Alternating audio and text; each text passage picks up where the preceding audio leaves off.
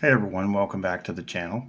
Today we have out our Savage rifle. It's a 110 bolt action, and it's set up pretty nice from the factory.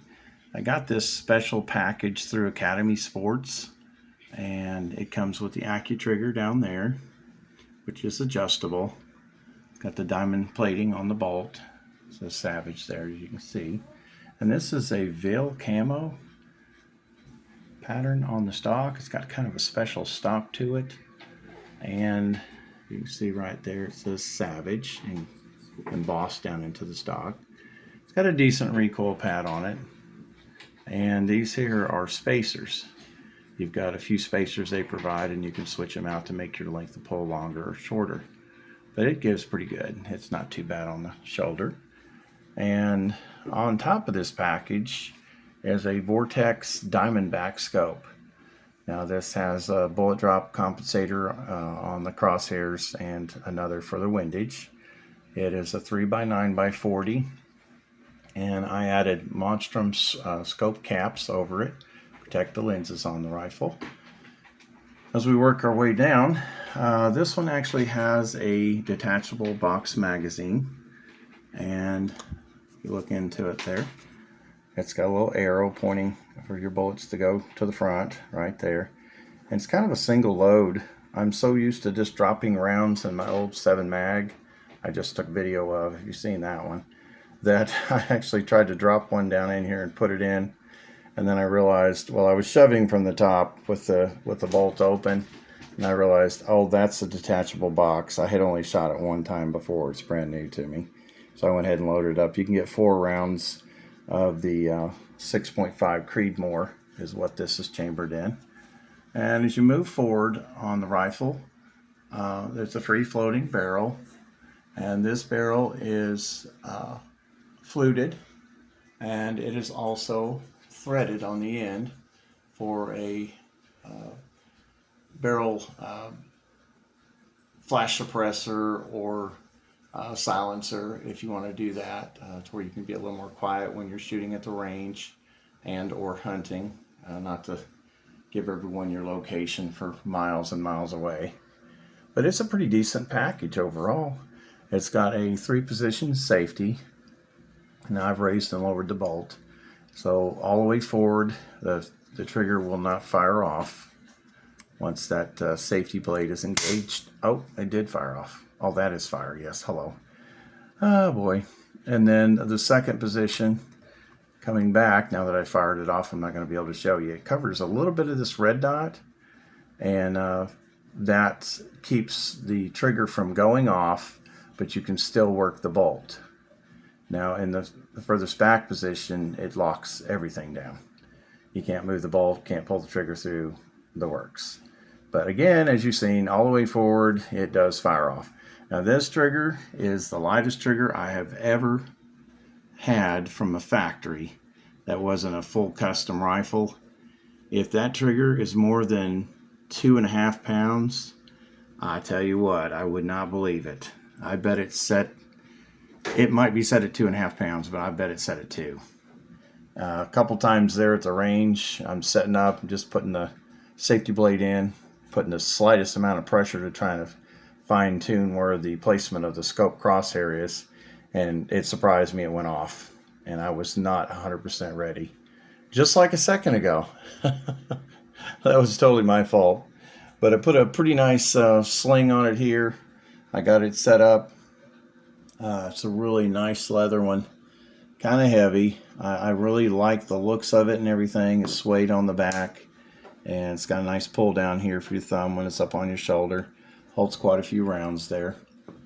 That's the Hornady Superformance rounds, and it's just overall a nice package. It's a little heavy because probably the sling, but even before that, that barrel is kind of a medium weight, I guess, for the fluting to keep it cooled.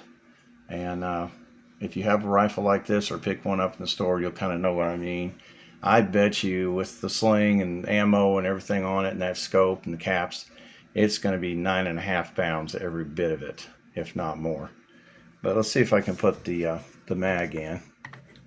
can't really see what I'm doing, but it kind of goes in at the back, seats up at the back, and then it snaps in the front. And you can hear and feel that it's a positive click, and you can tell that when it's up in there and flush, and it's not going to fall out on you.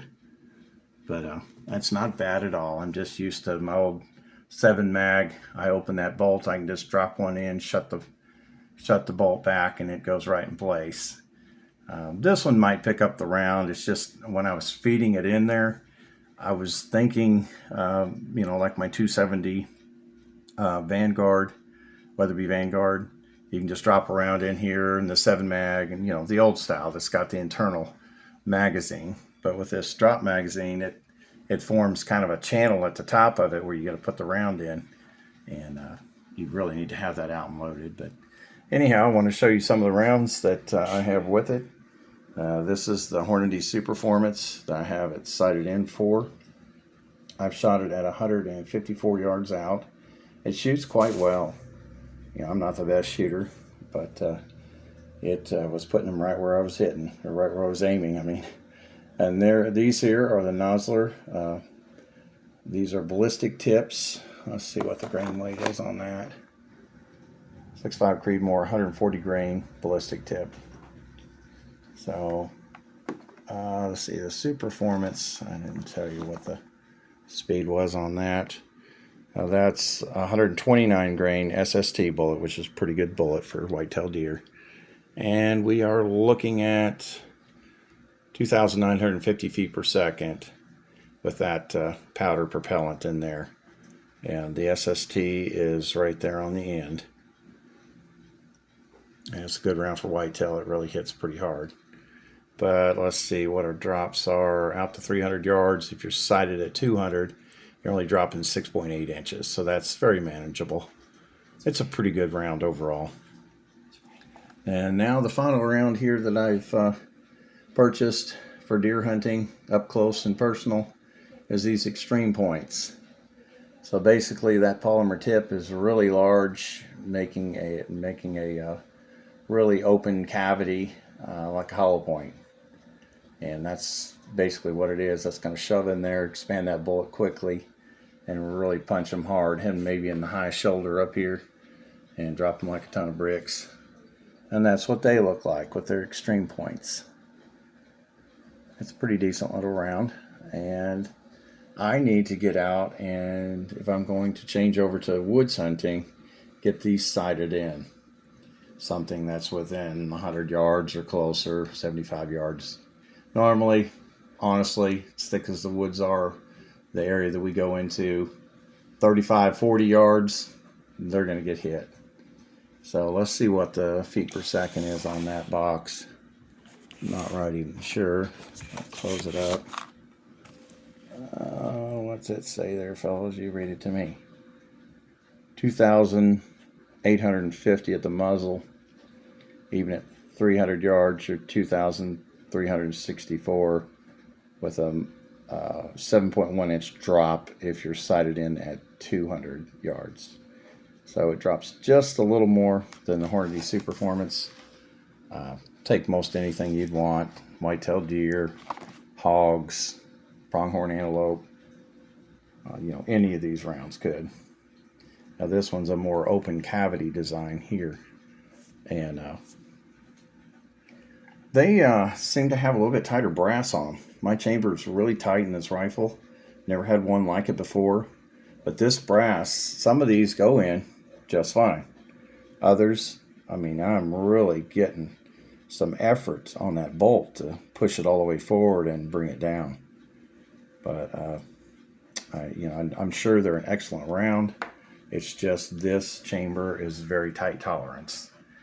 All right, guys. Well, hopefully you've learned something here. This package normally comes with a Vortex Crossfire 2. I and a few others that I've queried on the internet have gotten the Diamondback scope, which I think is a little better glass overall, a little better scope overall. But the adjustment knob is pretty decent on it. It's not too bad. I've since bought another Diamondback, and let's see if I can move it. Yeah. It's firm, but it's not, really tight. I had an older Leopold, And boy, I could not move that ring to save my life. I was ripping skin off, so they had to go back, and they fixed that for me.